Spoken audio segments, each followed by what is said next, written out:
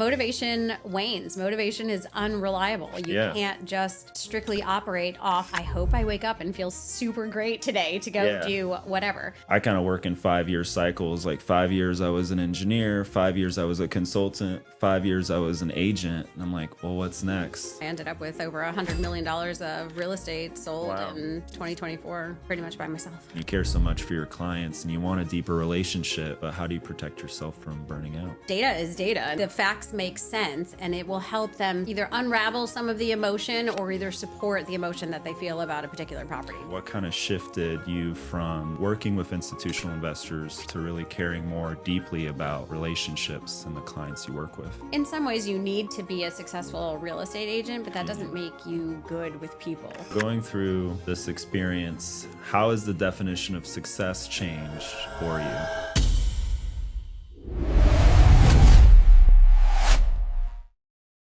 Today I'm joined with Veronica Mattioli. She's my favorite kind of agent, an investor-focused agent. Veronica started as a broker of record for a private equity firm and now has built a reputation for combining strong systems with real relationships. She brings a really grounded perspective on how to build a real estate business that holds up over time. Veronica, welcome to the show. Thank you. Happy to be here. Thank you. So let's kick it off. You came into real estate through private equity. Talk through how you got started in real estate. So I've actually had my license for a really long time, just because, I don't know, I had little kids and like I need to do something. And so got it in 2006. Wow. And started doing short sales when everything crashed. That was really fun and exciting for me. I like that way more than like new home sales or anything like that. I'm very analytical and I love the negotiation. And so being able to figure out a process for that super long short sale process was super exciting for me. So did that. And then I, again, love process. So just kept on doing more operations part of real estate and eventually got connected with institutional investors and running dispositions for them, very little acquisitions, but across the nation, so with a network of other agents. So was it one big private equity firm or was it multiple institutional investors over time? So it was one very teeny tiny private equity firm startup. That's another thing about me is I love a startup because the more chaos, the better. Right. Because then I get to create processes and bring it all together. And it's fun to see that grow from just an idea and like a couple of people in a room to, oh my gosh, we have an actual business with clients and people who trust us. So that's fun for me. So no, we were very, very teeny tiny and we started with 3 people and then managed to get nationwide companies to believe in us, which was exciting and shocking at the same time. Like, don't you know there's only 3 of us in a little room in Buckhead? But so yeah, we did that and had like securitizations and all these really big companies in big places trusting little us to do dispositions. So yeah, I ended up with over $100 million of real estate sold in 2024. Wow. Pretty much by myself. Wow. What do you think that like taught you working with institutional investors that maybe other agents out there don't get to experience? The more financial part of real estate. So I think that is such an important piece. There's so much more than just emotion. There's the like underwriting and being able to make a data-driven decision versus the emotional part. So that's really my biggest takeaway from working with institutional investors is the true financial business of it and how you make those decisions for, you know, either a portfolio or just one single property. Have you seen that game like change over time? The reason I ask is like, you know, our experience, I'm a relatively newbie compared to your long history. So like working with an institutional investor is very technology focused. You know, we use Slack to communicate. There were a bunch of teams, you know, bunch of process outline. Like, what was it like working back in the early days with an investor like that? It was a lot of spreadsheets. Okay. And a lot of phone calls. Because, yeah, we were spread across the country. I've even had investors that were in other countries. So taking calls at really insane times to meet with their schedule. But yeah, tons and tons of phone calls and lots of spreadsheets being sent back and forth to try to help them understand the value of something or, why something didn't make sense. Most of our audience are other agents in Atlanta. What piece of advice would you give for an agent that wants to kind of break into working with a private equity firm or a large investor? What advice would you give them? So this is something I'm going to say later also, Okay. but because this is my takeaway for all agents is learn how to underwrite a property. If you can understand the true financial part of it, that actually helps with the emotional piece of dealing with a retail buyer. Yeah. Because you're able to explain things in a way that data is data and the facts make sense, and it will help them sort of either unravel some of the emotion or either support the emotion that they feel about a particular property. But that would be my biggest piece of advice, is learn how to underwrite a property. Yeah, I agree. When we're dealing with our clients, a lot of the time, you're working with a couple, you walk through a really nice house, and the wife's like, oh, I hate the color of, the walls. This is not the right house for us. You can come in and you're like, well, from my experience working with a bunch of investors, it's a $7,000 thing to paint your entire house whatever color you want. So it's really a $7,000 decision. You don't have to be emotionally attached to what it is now. You can start to spit numbers of well, this could be a good decision financially because you just need to invest X or whatever, or, the value you're going to add over time. So totally get that. Yes. Yeah. And I think even that type of thing is an important piece to if you do a, net to seller sheet, let's say, which I like to do even if I'm working with buyers, so that you can understand why these numbers make sense and what this will mean to the seller as we present this. Ask for that $7,000. Ask for any portion of that, especially in the kind of market that we're in right now. Don't make a decision based off the color of the walls. Yeah. This might be a little bit controversial, but it's been a hot topic recently, especially in the news. What's your take on, limiting institutional investors from buying up neighborhoods or investing across the U.S.? So I think that, for one, investors are not the enemy, and everyone needs to stop looking at it institutional investors are the capital at its finest. That being said, I do think that there needs to be a balance. Right.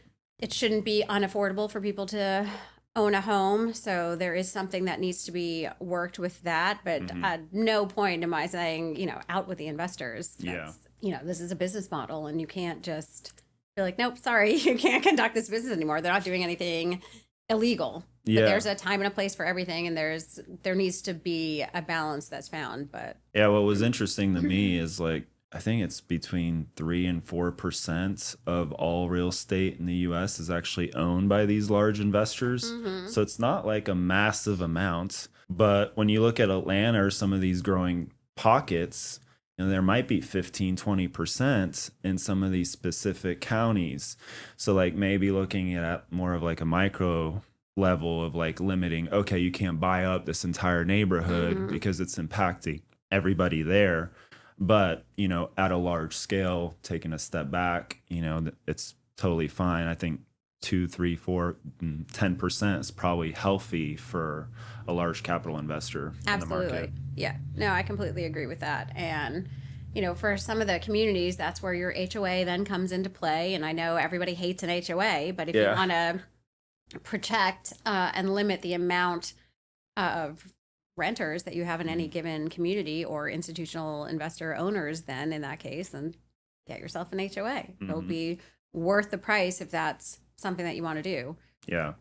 But yeah, everyone sees them as the enemy, and they're not. It's just a business. I see HOAs as the enemy, but that's just me. I also live in a non-HOA home, so I get the purpose of them. I don't prefer them. I'm pretty sure we're the only strip in Midtown, me and my wife, of townhomes, and it's the only strip that's not subject to an HOA. So that's how I feel about it. But I'm in agreement. But when you do go into some communities and you can see that like some homes are so well loved and well maintained, even in a lower end community, and then others are just allowed to be completely deplorable. Like, 100%. yeah, I can understand. I would hate to be the neighbor with the well maintained property and like I've put all of my life savings into this home, and then across the street you're looking at, a shanty house. Yeah, So. 100%. Well, let's shift into the broker side of things. You mentioned you got your broker's license and you're an associate broker under EXP now. Mm-hmm. Why'd you get your broker's license? Most agents don't do that. Because I am like a little sponge and I just like to learn everything and I want to see the big picture. So I don't want to just be a piece on a chessboard. Like I want to understand the entire chessboard, and I wanted to know from that side of the business, like what is everything that goes into real estate? What are all the laws and how do you protect your people? I think it makes me a better agent all around because I'm more informed. Yeah. So yeah, it was really just to feed my need for knowledge. 100%. I'm the same way. Like I love, reading, love researching podcasts like these. Like, so I'm a nerd at heart, really. Yes, me too. My background's engineering, so it's just why stop at the salesperson license when after 4 years you can get the broker's license and have options and open up doors. So totally get that. Would you recommend it for other agents? I would say yes, especially if you're interested in doing a like mentoring program or getting agents underneath you. The more informed that you are, I think the better of an agent, the better trust you can get from your clients because you're putting a lot more education and time into what you're doing. Yeah. Yeah, 100%. The biggest motivating factor for me to get my broker's license was just also to give back to other agents. Like, like I said, it opens up doors. I kind of work in 5-year cycles. Like 5 years I was an engineer, 5 years I was a consultant, 5 years I was an agent. And I'm like, well, what's next? So hopefully these next 5 years, I'm a successful broker and able to kind of give back all that knowledge. So it kind of made sense from that perspective. Yeah, I've tried a few times to get out of real estate and just ended up right back into it. So I'm like, all right, I have to just accept the fact that this is where I'm at and this is clearly what I love and I want to be as good as I possibly can be. What other things were pulling you? I managed a production print shop. So I learned about like wide format and sign printing and all kinds of stuff. And that was really fun. And I met a lot of great people along the way. And then I did recruiting, but I didn't actually do recruiting. I was, again, operations. So creating processes and learning about recruitment and everything that goes into that. And then after that, I was in property preservation. Okay. And then eventually just right back into real estate. And I've worked for multiple large institutional investors. So yeah, it's really interesting how like there's so many parallel businesses.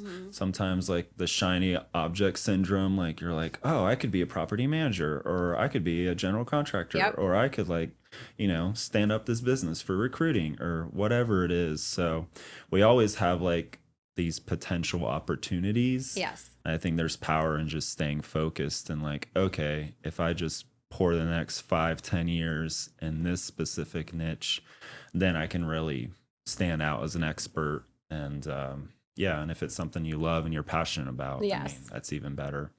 But there was a turning point in your real estate career. If you're willing to share, what kind of shifted you from working with institutional investors to really caring more deeply about relationships and the clients you work with? So I lost my son towards the end of 2024. And that, I mean, obviously rocked my world in every way possible.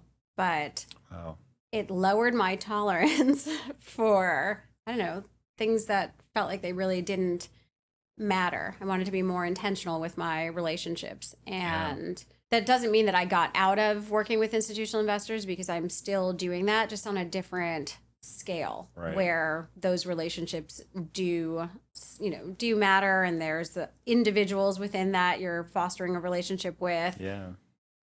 So, and the firm that I had been working with, like, things were changing there. I also didn't love how they handled the death of my son, but our relationship just somehow changed through that. And I'm sure part of that was me and part of that was them. And Yeah. I just no longer had the same drive for what I was doing in that moment. So Yeah, I'm sure like your perspective must have changed. yeah. How do you think it changed for the better? It's made me softer in a lot of ways. And again, I'm a lot more intentional with where I put my energy. It's Hmm. also helped me set boundaries in a better way. Like what I'm doing work wise shouldn't be the only thing that Yeah. I'm doing. I still have the same drive to succeed, but not at all costs for myself, not at losing Yeah. myself, not at losing time with my other remaining son. So there needs to be more balance. And that's something that I didn't have before working for the private equity firm. Yeah. And it's something that I have now. So I'm a lot more selective with my clients and where I spend my time, but I invest just as much of myself Mm. into it. And it allows me to be even more emotional rather than just so data driven. Yeah. It really puts things in the perspective on what's actually important, Mm-hmm. why you're doing these things, what's a priority. Are you just like doing things for the hell of it, or is it really like align with who you are, what makes you happy and what's important for others? So going through this experience, how has the definition of success changed for you? I don't care as much about, titles or being impressive. Although I know I was like, oh yeah, I sold $100 million worth of real estate, which Yeah. fun and awesome. But that's no longer my motivation. Right. I used to be SVP of operations of a private equity firm, and I loved saying that. And people were like, I don't even know what that means, but wow, that sounds Yeah, it sounds impressive. sounds so impressive. And now I don't care about any of those things. Like that doesn't make me who I am. How's it like change showing up for your clients then? I'm more intentional about who my clients are, and I don't need, like I said, I don't need this tremendous following, or Right. I don't need to do $100 million worth of real estate. I want to be very intentional with who my clients are and how Mhm. I stand up for them and show up for them, and um, be able to give them more dedicated time, but bringing in all of the knowledge that I have, underwriting the properties for them, understanding their emotions through it, and then being Yeah. able to break that down. And then even with my current institutional investor clients, like smaller groups, and there's real people that I'm dealing with, and just all of that feels better to me. That matters more than having all these like huge accolades behind my name. It sounds like you kind of stopped caring, but then also cared a lot more for just the right things. Yes, I So, feel like it's all made me softer and harder at the same time, which is yeah. really hard to explain. Parts of me are like, I really don't care anymore.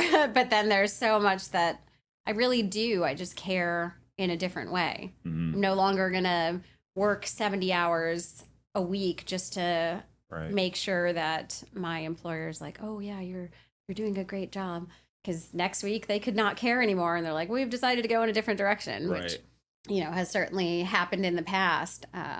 And yeah, that just, it doesn't matter Hmm. in the same way, because just one thing like that, you lose someone that's so important to you, like losing your child will Yeah. change you in awful ways. And, thankfully, I feel like in some really good ways. Yeah.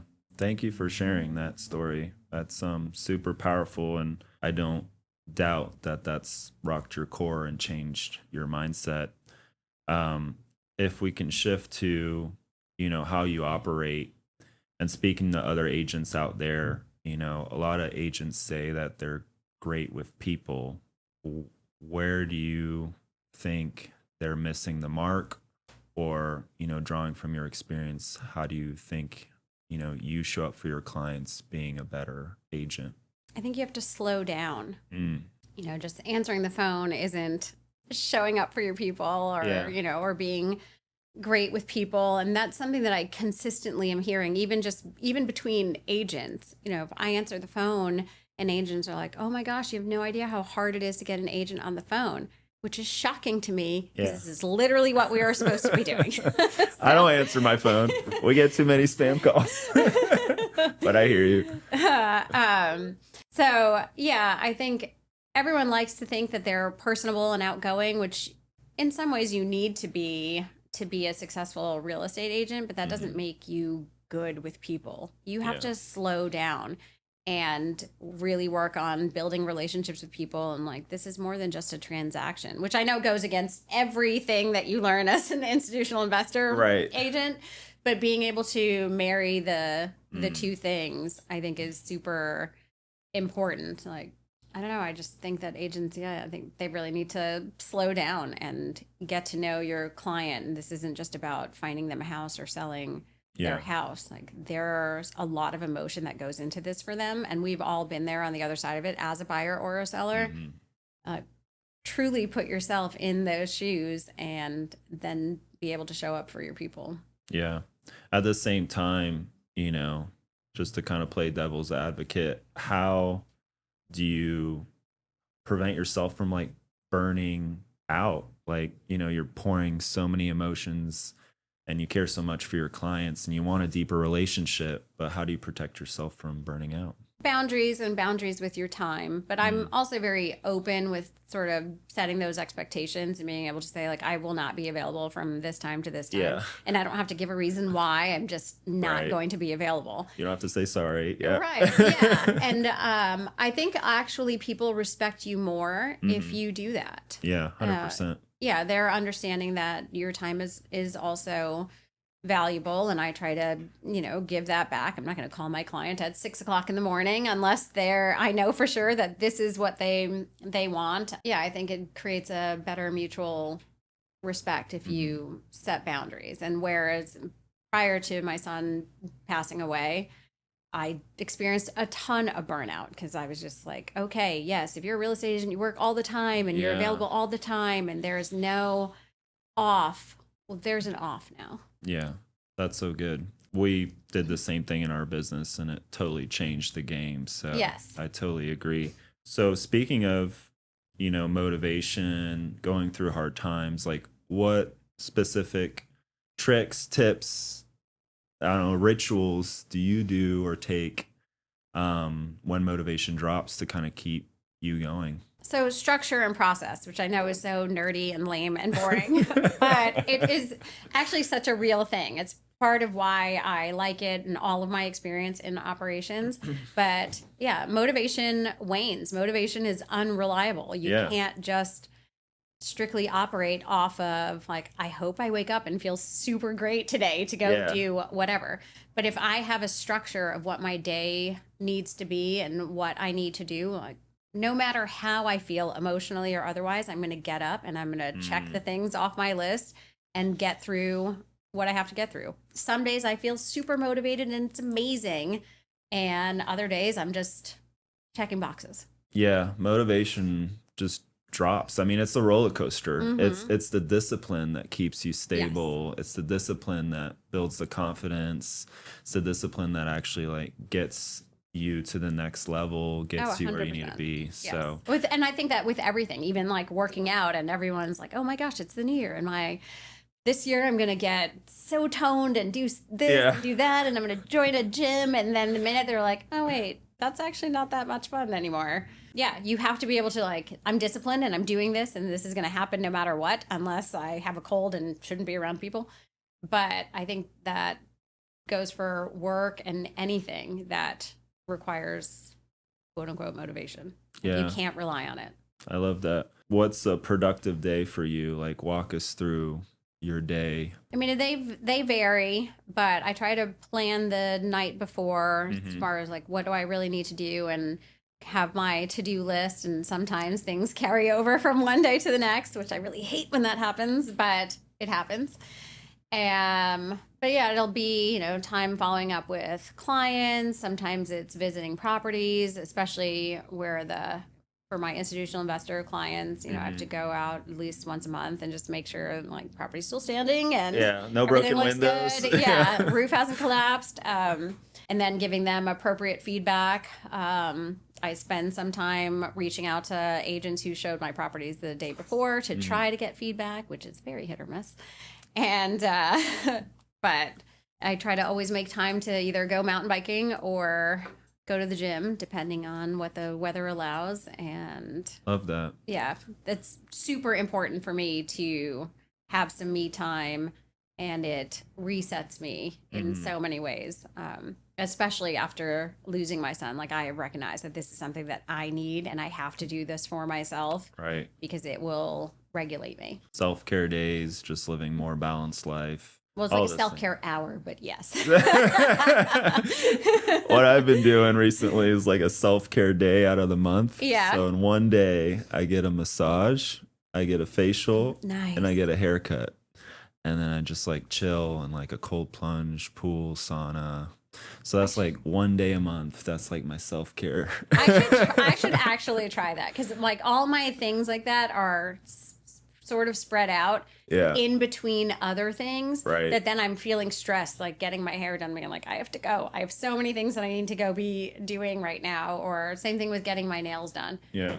So I might try to combine some of them, and it's just like, this is what I'm doing today, and everything else is going to wait. Give it a shot. Yeah. Take some PTO for yourself. Yeah, I'm gonna try that, because right now I just squeeze it in between other things. Even a massage, which I get one once a month, but I squeeze it in between other things. So I'm laying there like, this is great, but also as soon as I'm done with this, I have to make this phone call, and then I have to go do this and do that. And so, Yeah.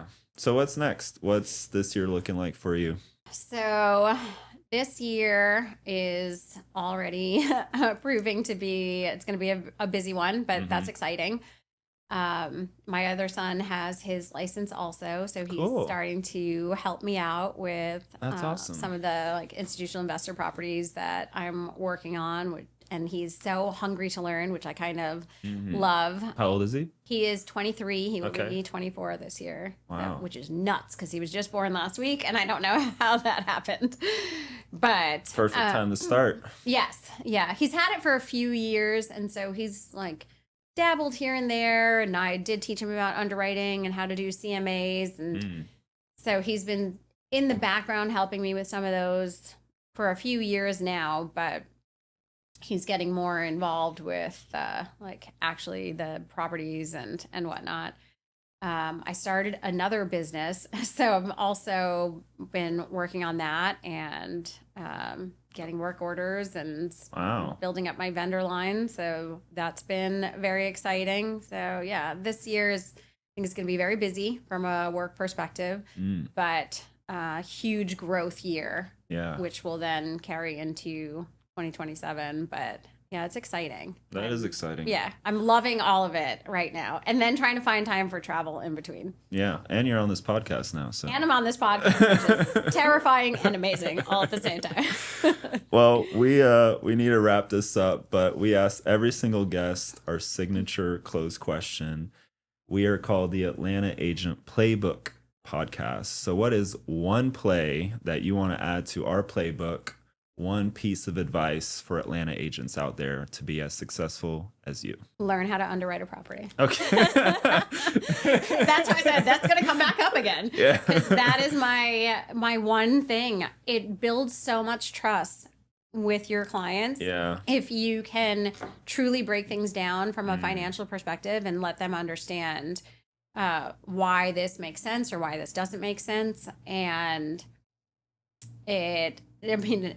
for me, it goes such a very long way. It takes some of the emotion out of it. Not that with my retail buyers, I don't want to completely remove emotion from it, but I want to put it into perspective. Like, I know that you walked in there and you felt like you absolutely loved this home and could see your family there.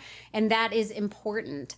But here's all the reasons why this is a good decision for your family or why this isn't a good decision for your family. And like, here's the facts to back that up. Like, here's numbers on a table for you to look at versus like, let me convince you emotionally why you shouldn't do this. Yeah, no, 100%. And like, there's so many agents out there too that call themselves investor focused agents, but when it comes to it, they might have never really understood how to underwrite, what it means to know what's a good deal versus a bad deal. Right. So Know what a cap rate is. It also future proofs your business. Institutional investing isn't going to go away. No matter what changes are happening, like no matter what Trump says. Right, it's not going to go away. Yeah. It could change a little bit, but it's not going to go away. So you should know that part of the business. It'll make you a better agent just in general, but it will also open you up for the possibility if you ever wanted to get in, have an institutional investor as a client, like, you know what you're doing and you know the numbers and you have the experience then to back it up. So yeah, I think it's the number one thing that I recommend to people is learn how to underwrite a property. Know that entire side of the business, even if you never use it specifically with an institutional investor, but you'll still use it with your clients and it will help you make better decisions as far as your recommendations to them. Well, you heard it from Veronica here. Veronica, thank you for sharing your story. Thank you for having me. It was honestly inspirational. How can people reach out to you? You can reach me on Instagram, although I'm really terrible. But I'm going to get so much better with putting myself out there. And yeah, you can call or text me all the time, anytime. I actually answer my phone. So. Oh, you don't have to give out your number, but we can put it in the show notes. You can give out my number, yeah. Thanks again, Veronica. Thank you for having me, Ben. I appreciate it. Appreciate it.